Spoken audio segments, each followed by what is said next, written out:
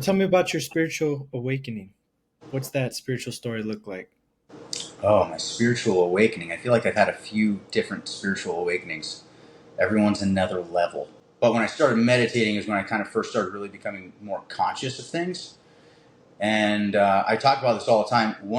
A few reasons why I started meditating was because I used to suppress all of my negative emotions, and then I would explode with bouts of anger that was absolutely unnecessary. And I was just like, I don't really like the way I respond in this way. And this was like as a kid. I was like 10 years old and I'd be like freaking out. But what I realized was like my mom passed away when I was 4, and I suppressed all of those emotions. I didn't allow myself to express it and feel it. So I I would have these bottled up emotions that would just explode over like the simplest thing. And so I started meditating probably around 19 or 20 because of that. And also I was just in this weird limbo phase of life, and I was trying to figure myself out and find myself, right? And organized religion and church just didn't work for me. And so for some reason I had this inclination that maybe the answer was inside, and I just had to tap into it. And so I started meditating for that. It definitely helped with that. And then another reason why I started meditating was I wanted to have an out of body experience for whatever reason. I don't know why. Like, I'd never done psychedelics before. I'd never done anything like that. But the idea of having an outer body experience seemed really intriguing to me for whatever reason. Um, and so I started meditating for those reasons, and I definitely noticed like my anger was a lot, way less, like significantly less, almost immediately. But also, when I first started meditating, I tell everybody this: I cried every day for over a month.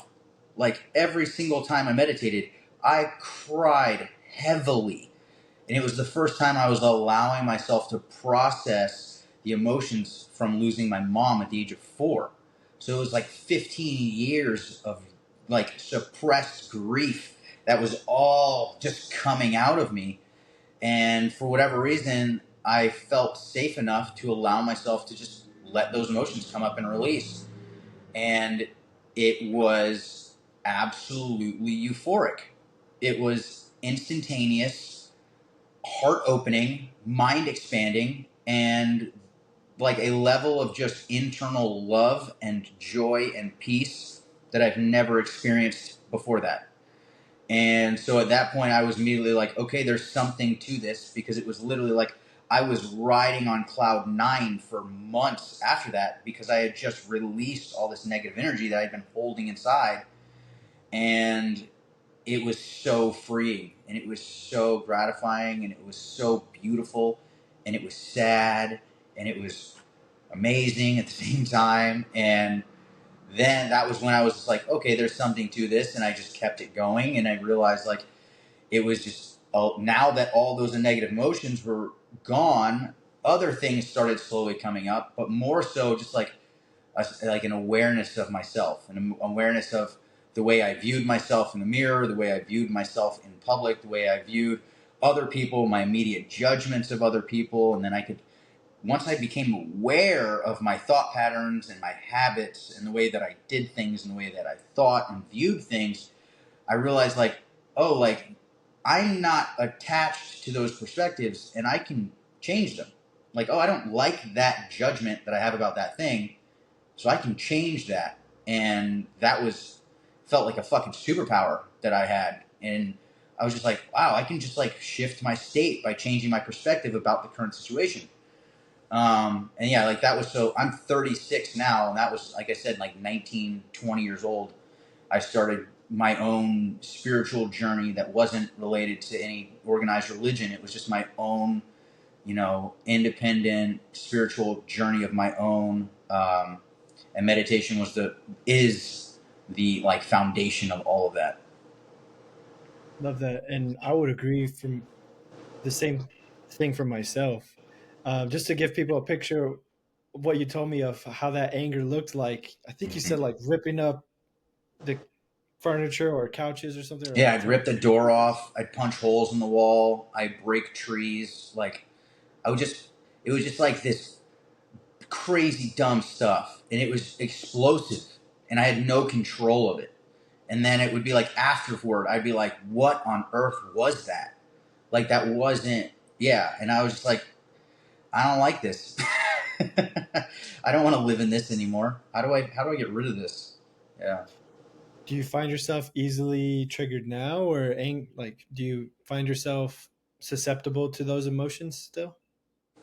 No.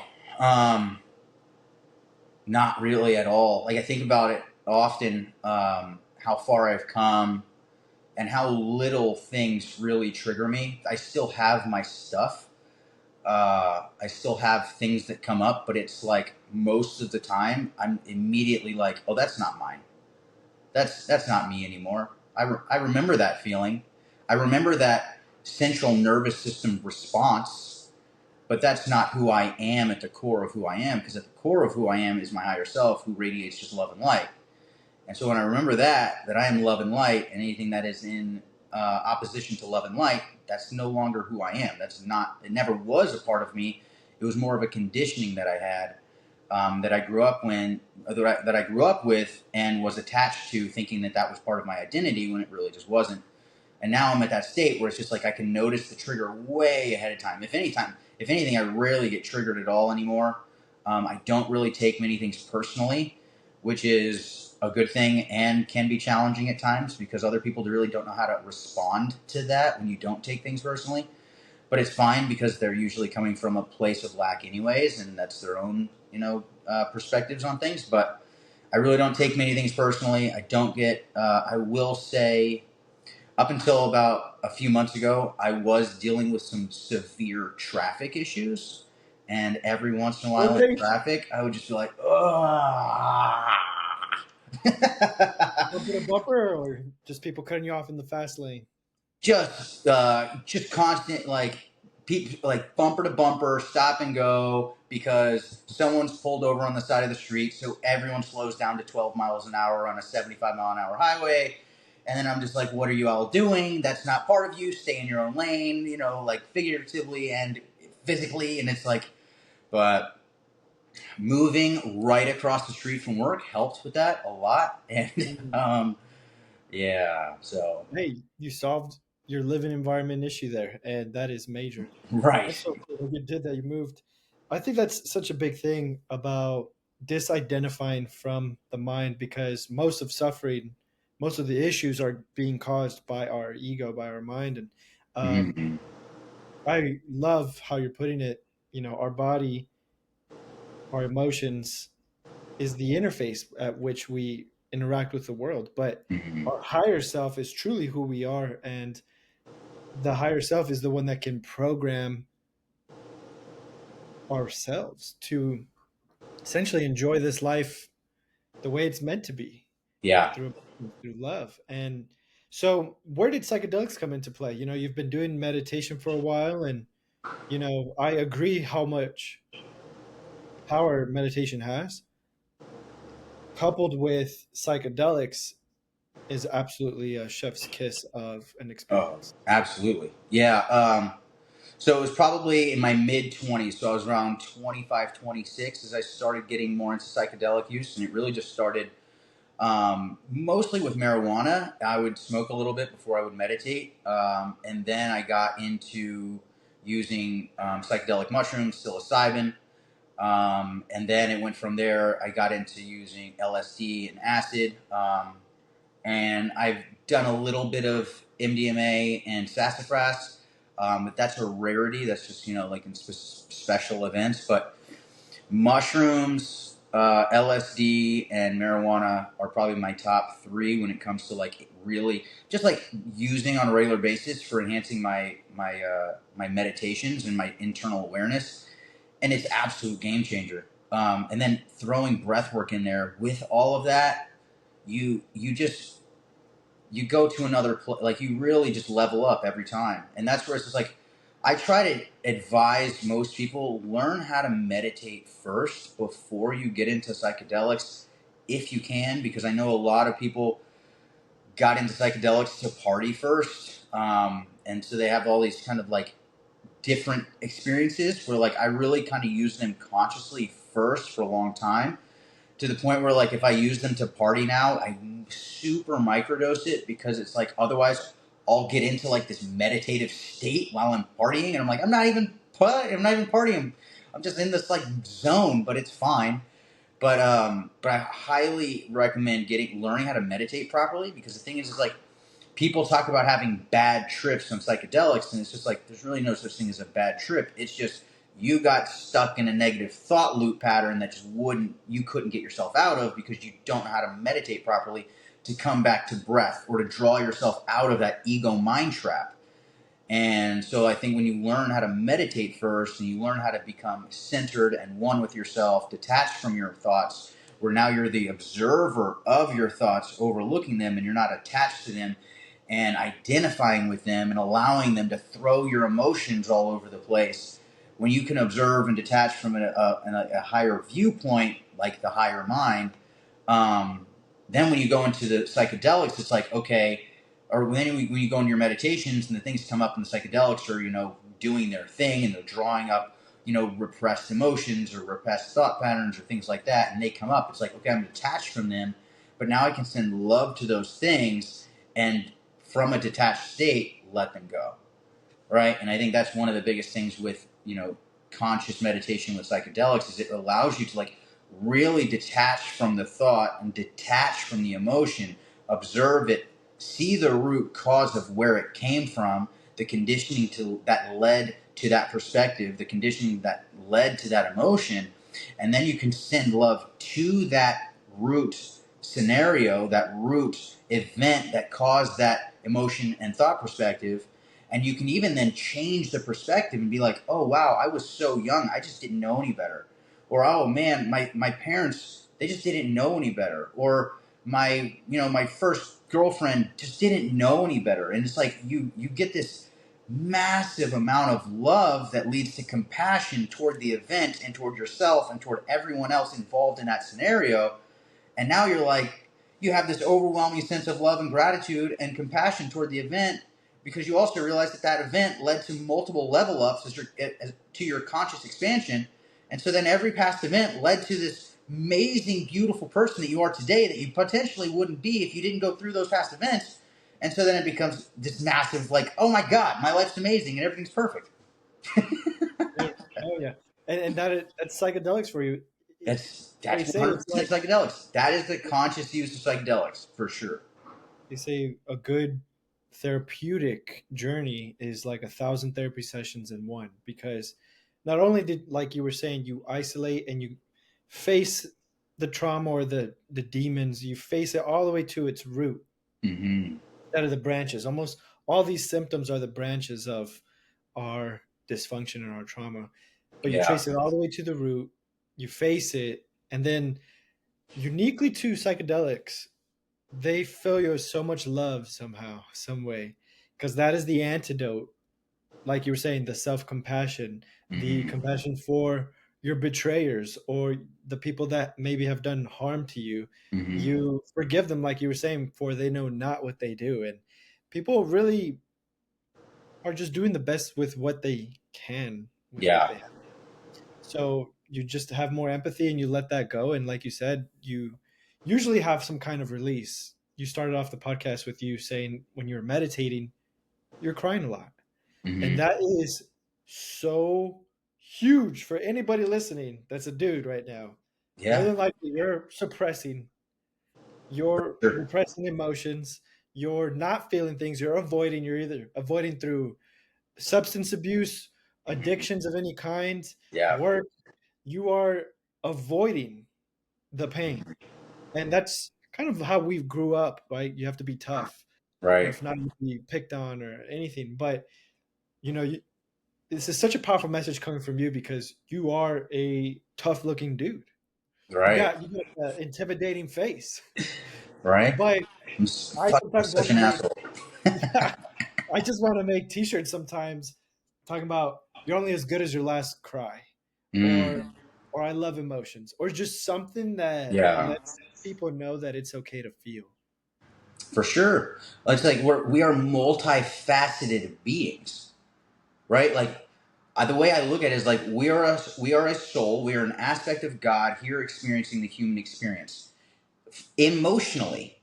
Like we're here to experience every emotion from ebb to flow, from darkness to light, so that we can know what it's like to experience. So anytime you suppress an emotion, you're suppressing an aspect of yourself. And so every time you suppress an emotion, you're inhibiting your authentic expression. And authentic expression is what we're here to do, is to feel the emotions and then to express ourselves authentically and vulnerably. And so when you suppress one little aspect of yourself that you judge as negative or poor or low or bad, you're suppressing also your gifts. You're suppressing the blissed out state of who you are too. It's like what I think it was Alan Watts says, you can't become more sensitive to pleasure without also becoming more sensitive to pain. You have to allow yourself to go to that darkness, that deepness. I dive in, dude. I don't know. Maybe it's because I realize that every time I have some type of like setback or some struggle, I realize the trajectory of what that becomes. So then it's like now I'm like, fuck, dude, I want to dive in it and I want to sit in that shit. I want to be all in it. I want to soak in it and I want to cry and I want to scream and I want to let it go. I want to feel everything release out of me because I realize that I'm just releasing aspects of myself that no longer serve me. And those are judgments and those are things that I've suppressed and repressed. And every single time I do that, it might take a couple days, it might take a couple weeks, it might take a couple months, but I always come out the other side lighter, more authentic, more loving, less judgmental of myself and other people, more compassionate, more understanding, more empathetic. And it's just like I'm an even better version of myself because I allowed myself to go through the darkness. And every time we suppress, we're suppressing the light too. And yeah, it's all part of it. Crying is so beautiful. It's so amazing. It's so clearing. It's an energetic release. It's an emotional release. A physical release. It's it's part of the human experience that we have to allow ourselves to play in. It's beautifully said. It's keeping that heart open. And Mm-hmm. women do that naturally. They're on the other side of the spectrum where sometimes they can feel like they're too emotional or debilitating emotions because they feel it so painfully and deeply. Mm-hmm. So there is a fine balance here. But For sure. typically for men, they're on the extreme side of things. When I first did my psychedelic trip at 25, I don't think I had actually cried that hard for like 7 or 8 years since I was Mm-hmm. like 16 or 17. I don't think I cried. And it just felt like I had years of backlogged emotions to feel. So I Mm-hmm. had so much work to do. And I think this is hopefully going to appeal to some people that are just feeling like maybe they're a little dull or gray or burnt out. Mm-hmm. How do you stay fresh? I call this a spiritual shower. Sometimes, and that's why I respect people who actually, it's not that you have to do psychedelics all the time. People are like, oh, you're addicted to that stuff. Right. But these are not addicting. Like you will face the pain. Like it will wipe you out and you're going to need time to integrate that and recover. But Oh yeah, for if sure. you feel like you've been off the path, they are they are not intoxicants. Like are they make you feel more sober. They make you Yeah. feel more clear. So they put you right back on track. And that's why I like to every 3 to 6 months I'll do another journey to make sure I stay on track. But like, what about you? Are you just more intuitive with I think you said you just do breath work, meditation, but like how do you stay in tune and keep your vibration high? Yeah, the morning breath work is huge. And anytime I have a moment, I try to do some breath work and conscious breathing. Coming back to breath is really just big. It just brings you directly into the present moment. I mean, bodybuilding and lifting weights and all that stuff. I'm extremely focused on my breathing as well because I'm very conscious of my breathing out as I'm contracting and I'm breathing in on the eccentric phase. So that in itself is extremely meditative. I praise the food every time before I eat. So I'm praying 5, 6 times a day. Every time I get in the car, I try to take a moment to just say gratitudes. Anytime before I go to bed, I visualize the future that I want to have. I visualize the state that I'm going to be in. I visualize being grateful for having the future that I want. Same during my meditations in the morning. I visualize my future. I visualize myself being the beacon of energy, attracting love and light that I want to attract. And this is a continuous process. It's all day. Like all day, I can close my eyes and I can visualize myself as the person I want to be, and in the future with living the life I want to have. And just every time I close my eyes, I see it. Every time it's a consistent. But that's what I've trained myself to do, right? Is to shift my perspective to always be focused on the positive, on the love, on the light, on gratitude, on appreciation. I have a mantra that runs through my mind. Like anytime my mind clears for a moment, it starts going down my list of things that I'm grateful for uncontrollably at this point, because I've been doing this since I'm 19 years old. So it's literally at this point, I just start thinking of what I'm grateful for. I'm grateful for my health. I'm grateful for my strong, healthy body. I'm grateful for my mind. I'm grateful for the solutions. I'm grateful for love. I'm grateful for healing. I'm grateful, and it just starts going, and it's just a wheel that goes. So then my mind doesn't really ever have time to get sucked into negative things, because I go back to what I'm grateful for. I go back to putting myself. So my mind is a tool. My mind is not just like this. I'm not identified with my mind as it is running the show. My mind is a tool that I can control. And so I'm in this constant state of redirecting my mind. If I notice my mind make an immediate negative judgment of something, I don't go, oh man, I have a negative judgment of something. I go, oh, I must be tired, or I must be hungry, or my human is off in some way. And that's usually what it is. I've realized the same thing like when your girl is being bitchy and she just needs a snack or something. You know what I mean? And so what I've realized, like, if I have an emotional reaction or a trigger to something outside of me, it's me, right? It could be an emotional thing. It could be a mental judgment that I have. But most of the time, at this point, I've realized I just need a nap, or I need some food, or I just need a break. You know what I mean? Because I will say, it's like, when I'm grumpy or hungry or, whatever, those are the times that like the lower vibrational Nick will come to the surface and try to play. And I'm just like, nah, dude, just get quiet and just relax. But yeah, so my morning breath work, my meditations, meditate after training every day. I meditate before bed every night.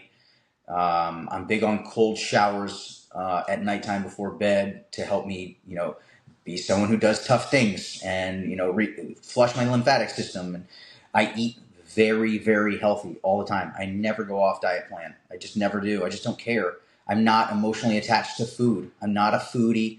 I don't care about sweets and junk and all that shit. I just don't give a fuck. I want to eat things that feed my body optimally and put me at the highest vibration. I don't drink alcohol. I don't do intoxicative drugs. I don't fuck around. I don't take up in hookup culture. I don't fuck every hot girl I see. I don't throw my seed all over town. I don't do things unconsciously. Everything I do has a purpose. Even when I'm playing, there's a purpose. I have a purpose behind every single thing I do all the time. Even when I'm playing and I'm letting myself get loose, and I'm not going to have a plan for the day, and I'm just going to go out and let the universe guide me that day. Like, that's intentional. Like, there's intention behind everything I do. It's rarely ever the case that I'm just like at the will and call of just like, let's just go do dumb shit. Like, I just never do that. There's a purpose behind everything I do. There's a meaning behind it all. And I think living in that state of conscious awareness and constantly being in tune with my body and my energy. I'm very aware of the people I hang out with. I don't really hang out with low vibrational people. I'd rather be alone than hang out with low vibrational people. It negatively affects me. The reason I meditate and do breath work isn't just to meditate and do breath work. It's to raise my vibration and to keep me at an elevated state, because elevated states are gratitude, love, passion, excitement, and joy, right? And that's what I want to live in. I don't want to allow myself to succumb to external factors of food, drugs, alcohol, random sex, like shit like that. All that stuff does is lower my vibration. I don't watch porn. I haven't watched porn in probably 15 years. I don't fucking jerk off like a crazy asshole. Like, it's just, I don't waste my energy. I don't waste my seed. I don't waste my thoughts on negative things. I don't watch bad, low vibrational TV. I don't watch horror movies and fucking movies where everyone's cheating on each other. I don't watch drama. I don't do that. Like if I watch TV, which I rarely do, I'm usually reading a book or I'm journaling or I'm like writing programs or I'm working or I'm going on walks or I'm doing other things. Like I live a very kind of cavemanic type life and I love it. Like I don't want to be normal. I don't want to be like everybody else. I would much rather live my life alone, doing what I love, staying in a vibrational state and only attracting people who are at a high vibrational state and want to keep elevating and growing with me. And so that's how I kind of keep myself on track is I'm aware of my emotional state. I'm aware of my mental state, my physical state, and I do everything I can just to keep that elevated. And yeah, there's times where I fall and I trip and stumble, but I crawl and dig myself back out of that hole and I get back on track. And I don't get attached to whatever event led me down that hole. It's just like, okay, well, I realized that hole allowed me to realize how fucking strong I am because I can bring myself right back up to this place. And yeah, so I hope that answers your question. That is, man, it's beautiful. I love all that, and I can resonate with a lot of what you were saying. And the thing about raising your vibration and staying at that level is it feels better. You're going through what your nervous system wants. You're Yeah. setting yourself up for flow states. You're setting Mm-hmm. yourself up for living this life with an ease. Of Yeah. course, you do hard things because that's what's required for our body and mind to stay sharp. Mm-hmm. The harder things you do, the harder things you could do next time. Yeah. So it's definitely a game that we play with our body in this life, when it comes to doing hard things. And then your warm up is some people's best, and Yeah. that's a never ending quest, really. But when it comes to those disciplines, it's all about some people need pornography and like that kind of game. I hear, because I also haven't watched porn in a few years, that game of just dopamine is I need harder porn, I need crazier porn, like Right. not one girl's enough, two girls, now I need four. And Yeah. like, it's a hedonistic philosophy that just never ends. Yeah. It's all, every form of addiction is a dopamine addiction. Yes. And That's, ultimately, as this famous psychotherapist Gabor Mate, essentially what everybody's looking for is love. yeah. We all Behind, want love and connection. yes, that's Yes. what That's what we want. everybody's looking for in all those vices. And retraining your mind, like people might be listening to you. I remember a long time ago, I used to think of the ultra disciplined as boring. Mm-hmm. And that's because that back then I had not tasted what stillness and presence felt like. I had Yeah. not really known the depth and richness of extreme presence. And we can meditate and experience that, but something about like a strong mushroom or LSD journey Mm-hmm.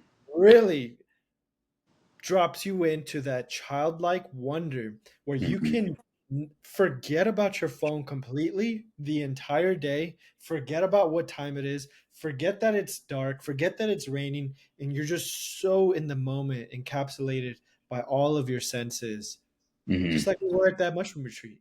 Yes. Such picturesque views, the vibes were immaculate. And before I turn it over to your experience of that retreat, that for people watching, that's how we met each other at Justin Lovato's, you know, amazing mushroom journey retreat. Oh, yeah.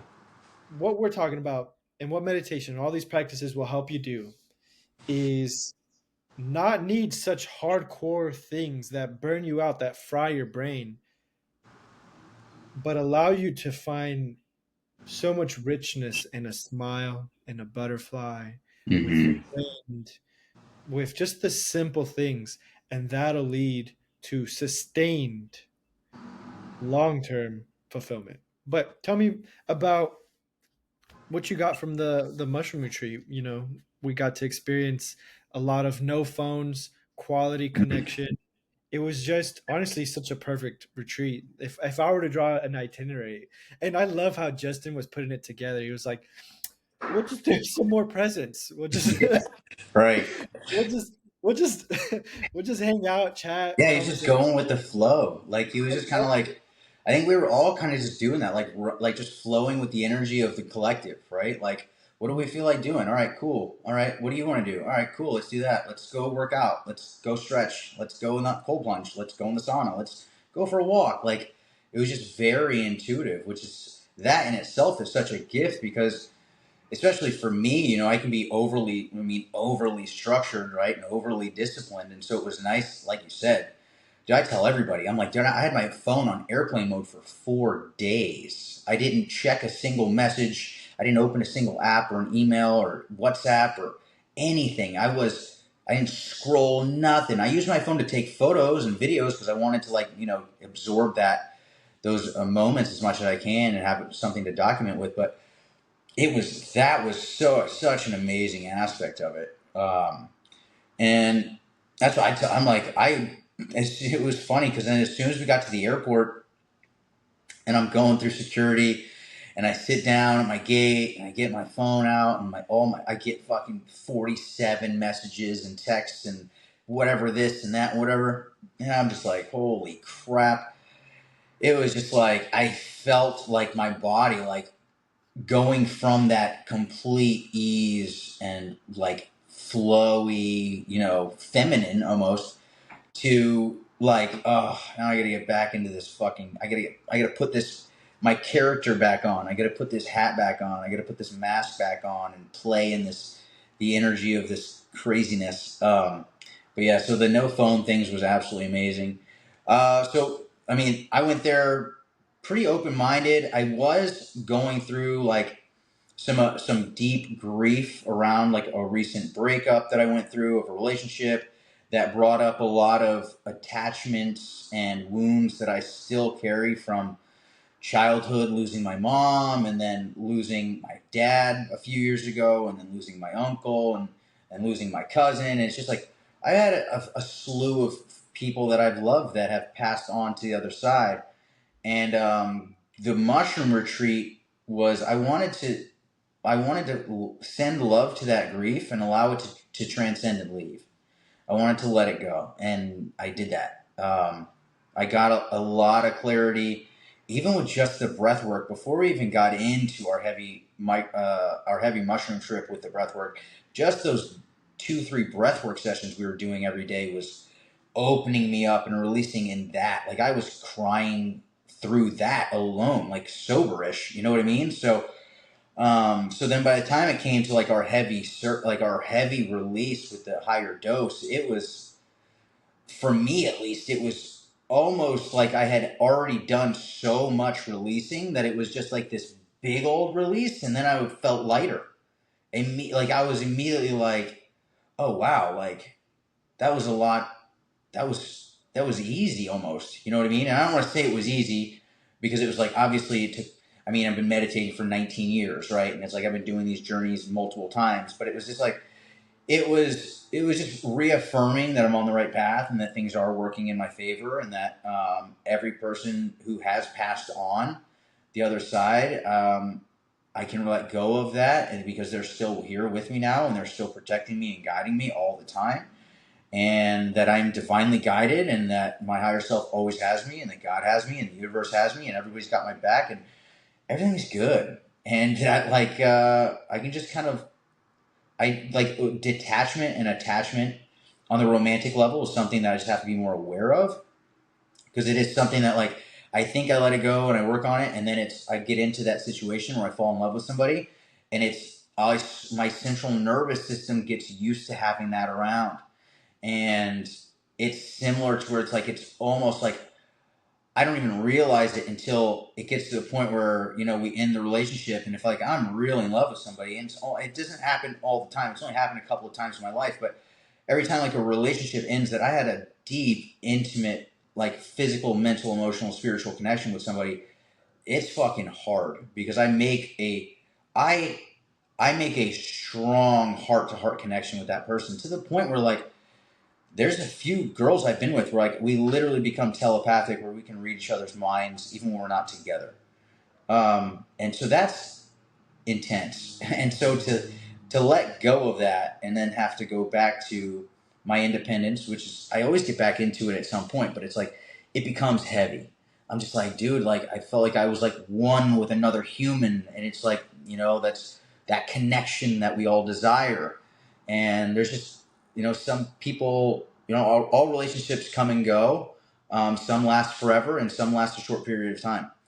And so being in the present moment, allowing things to be what it is in the moment, but also for me, learning to be completely aware of being unattached to them as my beacon of love. Because I realized that, like, again, this is what came up in the meditation too, in the breath work and the ceremony, when I've already known this, but it was like, I am all the love I've ever desired or felt like I needed. I am all the love that I thought I got from my mother.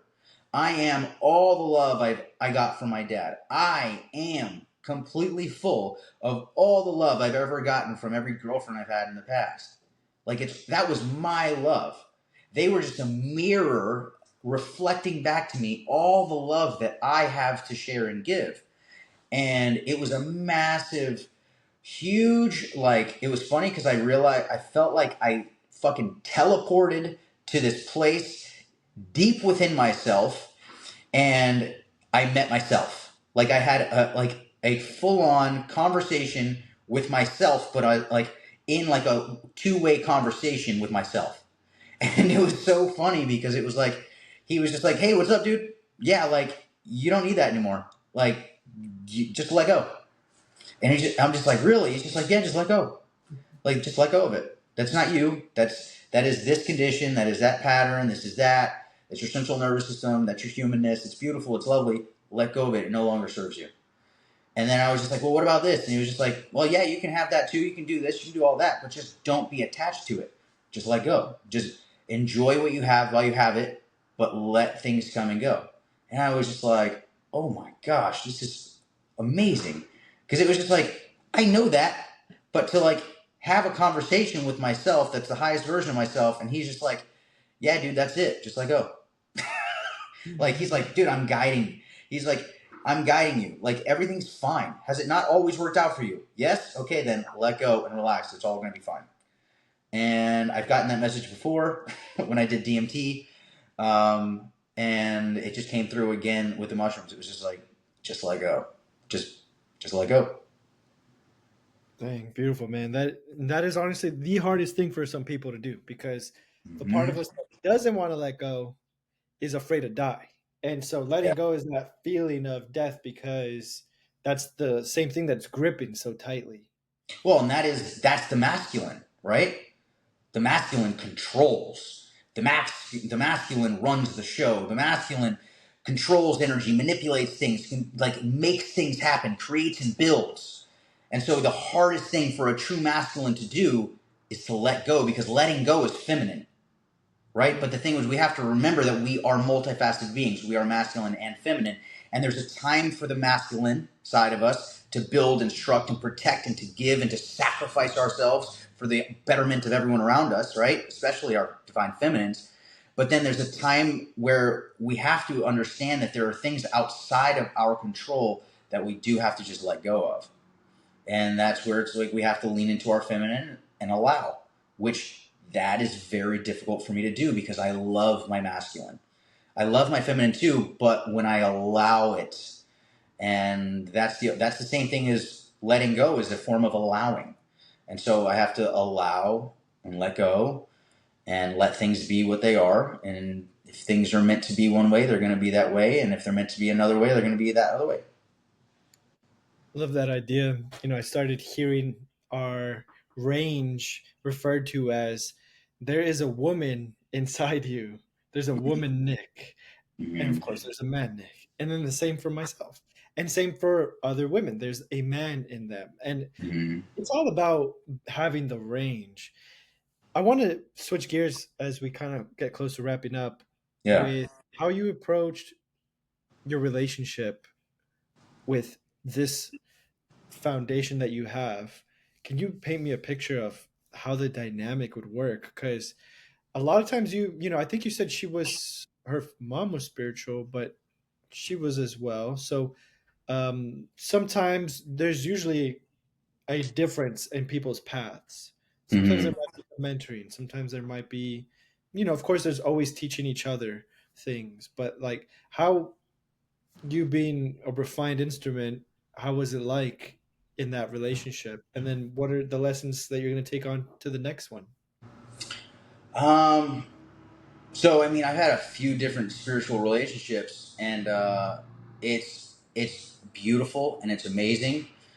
You can really see, like, when you're truly in your divine masculine, and it allows the like the feminine, to truly feel safe enough to let go and to release and to trust you. There's nothing better than that. Like, there's no other. It's not a game. It is, I'm going to show up as my authentic self. My authentic self is loving, giving, caring, compassionate, understanding, but also direct. And I set the tone. And when you can do that, and she can just like be flowy and be girly and be emotional, right? Like, because they're meant to be emotional. The masculine is the anchor in the relationship that holds it down. The woman is the ocean that is flowing and changing, and the weather's changing every few weeks because they're on set with the moon, right? And to allow her to feel safe enough to open up and be emotional and to be vulnerable and to be girly, is there's nothing more attractive to me. And there's nothing more attractive to them when they can see that you're strong and you're balanced and you're not, swayed at her emotions. Like, you don't take it personally. You allow her to be in her place. There's nothing more safe and attractive for her when you're in that place. And so it's a beautiful thing. And then it comes, like, when you guys can share in that spiritual practice together and have those deep conversations and have that depth and have that same common goal of trying to like elevate each other and to come from a place of love and non-judgment and acceptance and openness. There's nothing like, when you really experience that, sex, like, you will never get into a relationship just for sex again. Like, you'll never get into a relationship just because someone's attractive again. Like, you start to, like, what you look for in another person changes you, because you realize, like, what I need in a relationship is is depth and connection, and like someone who's spiritually conscious, energetically conscious, physically health conscious. All of these things matter way more than just how hot they are. Like, it just gets old. Like, you just don't really care about those things anymore. Like, you kind of lose a sense of the superficial 3D stuff, and you want depth and true connection. Um, and what I've realized is I can be a lot because I've been doing this for so long, and so a lot of times I meet women who are just kind of like, they've only been on this spiritual journey for a short period of time, and they're extremely attracted to me because of the way I communicate and how authentic I am and how honest I am and how I can really like teach them a lot. And honestly, most relationships end because, one, of long distance or something like that, but often it's like they can't really handle it. They kind of I've gotten it a few times where they're just like, dude, I feel like you're multiple levels above me spiritually, and I can't match you, and I just don't have it in me. I don't have the amount of unconditional love that you live with for me. I can't match you, and it makes me feel like I'm not good enough. It makes me feel like I'm not worthy. I've gotten that a few times where like girls are like, I don't feel like I'm worthy of the amount of love that you have.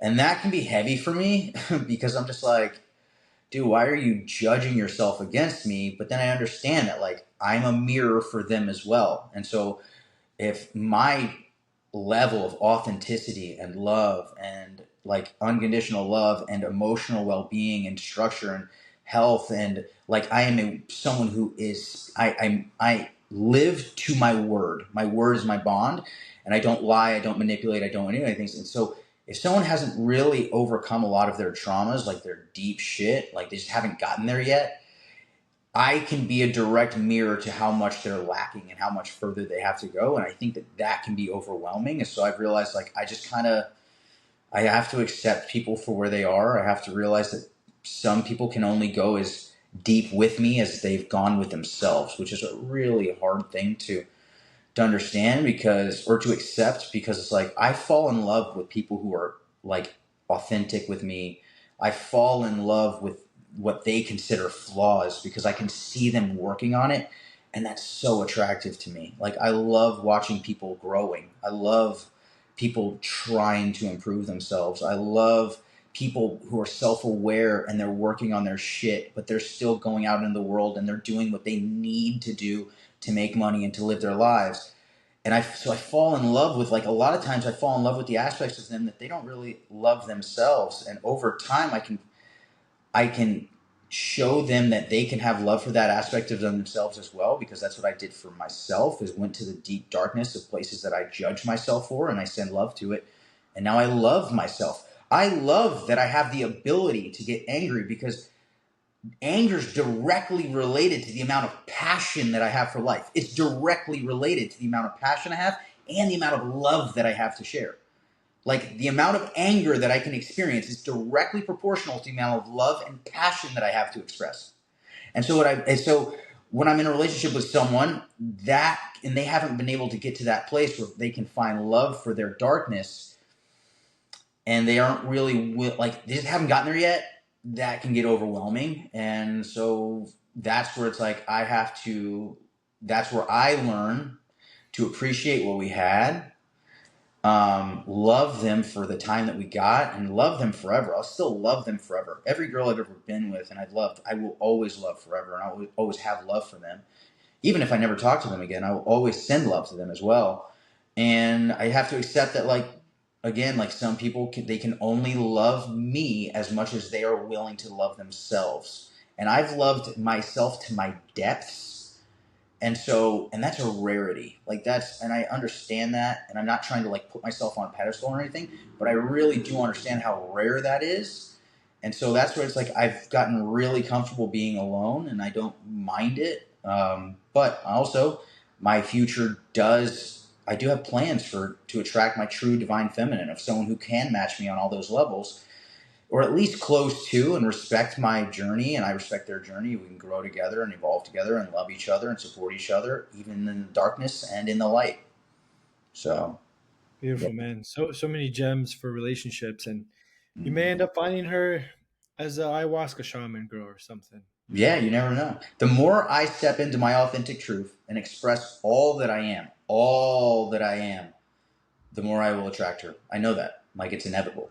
it's true, true, Mhm. and at the right timing as well. Like it's gonna be effortless.